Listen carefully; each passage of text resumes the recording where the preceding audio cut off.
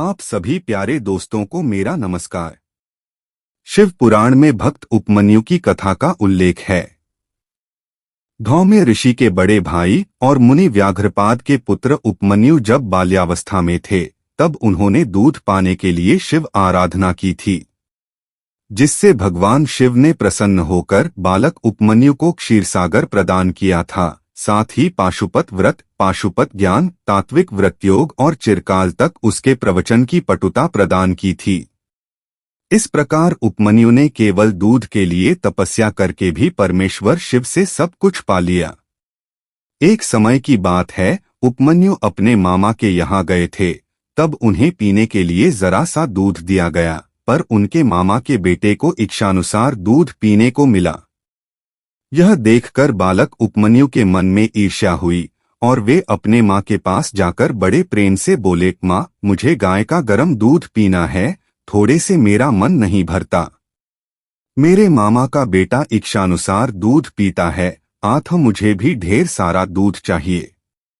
बेटे की बात सुनकर उस तपस्विनी माता के मन में बड़ा दुहक हुआ और उसने अपने बेटे को प्रेमपूर्वक छाती से लगा लिया और दुलार करने लगी, पर अपनी निर्धनता का स्मरण होने पर और भी दुखी हो गई।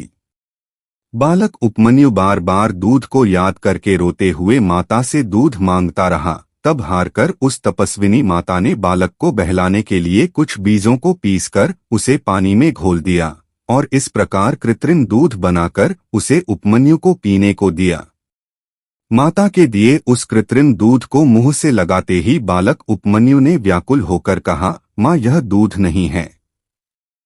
तब माता ने बालक के आंसू पोंछते हुए उसे हृदय से लगा लिया और कहा, बेटा, अपने घर में सभी वस्तुओं का अभाव होने के कारण दरिद्रतावश मैंने तुम्हें पिसे हुए बीजों को घोलकर कृत्रिम दूध तैयार करके दिया था, पर तुम बार बार मुझसे दूध मांगकर मुझे दुखी करते हो।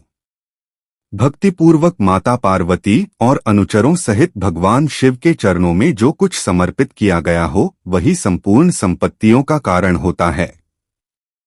इस जगत में महादेव ही धन देने वाले हैं, वे ही सकाम पुरुषों को उनकी इच्छा के अनुसार फल देने वाले हैं। आज से पहले हमने कभी भी धन की कामना से भगवान शिव की पूजा नहीं की है, इसलिए दरिद्रता को प्राप्त हुए हैं। इसी कारण मैं तुम्हें दूध देने में सक्षम नहीं हूं। बेटा, पूर्वजन्म में भगवान शिव अथवा विष्णु के उद्देश्य से जो कुछ दिया जाता है वही वर्तमान जन्म में मिलता है, दूसरा कुछ नहीं। अगर तुम भक्तिपूर्वक भगवान शिव की आराधना करोगे तो वे तुम्हें निश्चय ही जो चाहोगे सब देंगे। अन्य देवताओं को छोड़कर मन, वाणी और क्रिया द्वारा भक्तिभाव के साथ पार्षद गणों सहित उन्हीं साम सदाशिव का भजन करो। ओम नमः शिवाय, यह मंत्र साक्षात उन देवाधिदेव शिव का वाचक माना गया है। प्रणव सहित जो दूसरे 7 करोड़ महामंत्र हैं वे सब इसी में लीन होते हैं और फिर इसी से प्रकट होते हैं। यह मंत्र दूसरे सभी मंत्रों से शक्तिशाली है, इसलिए तुम दूसरे मंत्रों को त्याग कर केवल पंचाक्षर के जप में लग जाओ। इस मंत्र के जिह्वा पर आते ही इस संसार में कुछ भी दुर्लभ नहीं रह जाता है। यह बड़ी से बड़ी आपत्तियों का निवारण करने वाला है। मैंने तुम्हें जो पंचाक्षर मंत्र बताया है उसको मेरी आज्ञा से ग्रहण करो, इसके जप से ही तुम्हारी रक्षा होगी। तब उस महातेजस्वी बालक ने कहा, माँ, चिंता न करो, अगर माता पार्वती सहित भगवान शिव विद्यमान हैं तो मैं उनको तपस्या से प्रसन्न करूंगा और देर या जल्दी उनसे मनोवांछित वर प्राप्त करूंगा। ऐसा कहकर माता का आशीर्वाद लेकर उपमन्यु ने हिमालय पर्वत के एक शिखर पर जाकर भगवान शिव की कठोर तपस्या आरंभ की। वे मिट्टी का एक शिवलिंग बनाकर पंचाक्षर मंत्र के द्वारा एकाग्रचित्त होकर भगवान शिव की पूजा आराधना करने लगे। इस प्रकार वे बहुत समय तक उस तपस्या में लगे रहे। कठिन तप के कारण उनका शरीर कृशकाय हो गया। उस एकाकी कृशकाय बालक उपमन्यु को शिव में मन लगाकर तपस्या करते देख ऋषि मरीचि के शाप से पिशाच भाव को प्राप्त हुए कुछ मुनियों ने अपने राक्षस स्वभाव के कारण सताना और उनके तप में विघ्न डालना आरंभ किया। उनके द्वारा सताए जाने पर भी शिव भक्त उपमन्यु किसी प्रकार तप में लगे रहे और नमः शिवाय मंत्र का जोर जोर से उच्चारण करते रहे। उस शब्द को सुनते ही उनकी तपस्या में विघ्न डालने वाले वे मुनि उस बालक को सताना छोड़कर उसकी सेवा करने लगे। ब्राह्मण बालक महात्मा उपमन्यु की उस तपस्या से संपूर्ण चराचर जगत प्रदीप्त एवं संतप्त हो उठा। तब भगवान विष्णु के अनुरोध करने पर शिवजी ने बालक उपमन्यु के संकल्प की परीक्षा लेने के उद्देश्य से उनके पास देवराज इंद्र के रूप में जाने का विचार किया। फिर श्वेत ऐरावत हाथी पर सवार होकर स्वयं देवराज इंद्र का शरीर ग्रहण करके भगवान शिव देवता, असुर, सिद्ध और नागों के साथ बालक उपमन्यु के पास पहुंचे। इंद्र रूप में आए भगवान शिव को देखकर उपमन्यु ने उनको प्रणाम करके उनकी स्तुति की। तब इंद्र रूपधारी शिव बोले, हे उपमन्यु, मैं तुम्हारी तपस्या से प्रसन्न हूँ, वर मांगो। मैं तुम्हें सभी अभीष्ट वस्तुएं प्रदान करूंगा। यह सुनकर उपमन्यु बोले, भगवन, अगर आप मुझ पर प्रसन्न हैं तो मुझे शिव भक्ति प्रदान करें। तब इंद्र बोले, हे तपस्वी, तुम मुझे नहीं जानते। मैं देवताओं का राजा और तीनों लोकों का अधिपति इंद्र हूँ। सभी देवता मुझे नमस्कार करते हैं। तुम मेरी शरण में आ जाओ, मैं तुम्हें सब कुछ दूंगा। उस निर्गुण रुद्र को त्याग दो। उस निर्गुण शिव की भक्ति से तुम्हारा कौन सा कार्य सिद्ध होगा, जो देवताओं की पंक्ति से बाहर होकर पिशाच भाव को प्राप्त हो गया है। यह सुनकर परम बुद्धिमान शिव भक्त उपमन्यु इंद्र को अपनी तपस्या में विघ्न डालने वाला जानकर बोले, हे देवराज, यद्यपि आप भगवान शिव की निंदा में तत्पर हैं, फिर भी आपने उन्हें निर्गुण कहकर उनकी महत्ता को स्पष्ट कर दिया है। आप नहीं जानते कि वो देवों के भी ईश्वर तथा प्रकृति से परे हैं।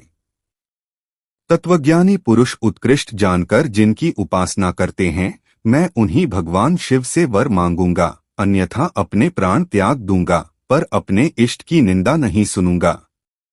दूध के लिए जो मेरी इच्छा है वो यूं ही रह जाए, पर शिवास्त्र के द्वारा तुम्हारा वध करके मैं अपने इस शरीर को त्याग दूंगा।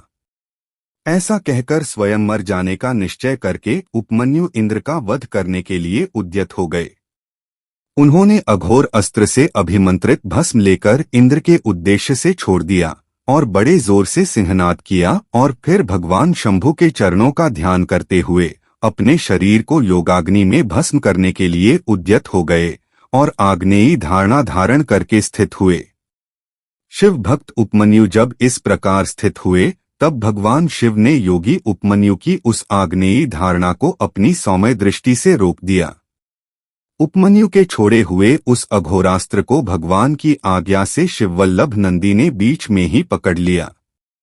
तब परमेश्वर भगवान शिव ने अपने मूल स्वरूप को धारण करके माता पार्वती सहित उपमन्यु को दर्शन दिया और बोले, हे वत्स, आज से तुम अपने भाई बंधुओं के साथ सदा अपनी इच्छानुसार भोज्य पदार्थों का उपभोग करो।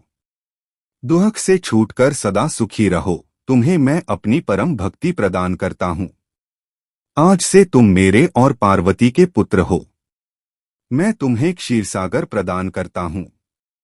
केवल दूध का ही नहीं, बल्कि मधु, घी, दही, विभिन्न प्रकार के अन्न एवं फलों के रस का समुद्र भी मैं तुम्हें प्रदान करता हूँ। तुम्हें कभी इनकी कमी नहीं होगी। मैं सभी प्रकार के भोज्य पदार्थों का समुद्र तुम्हें प्रदान करता हूँ।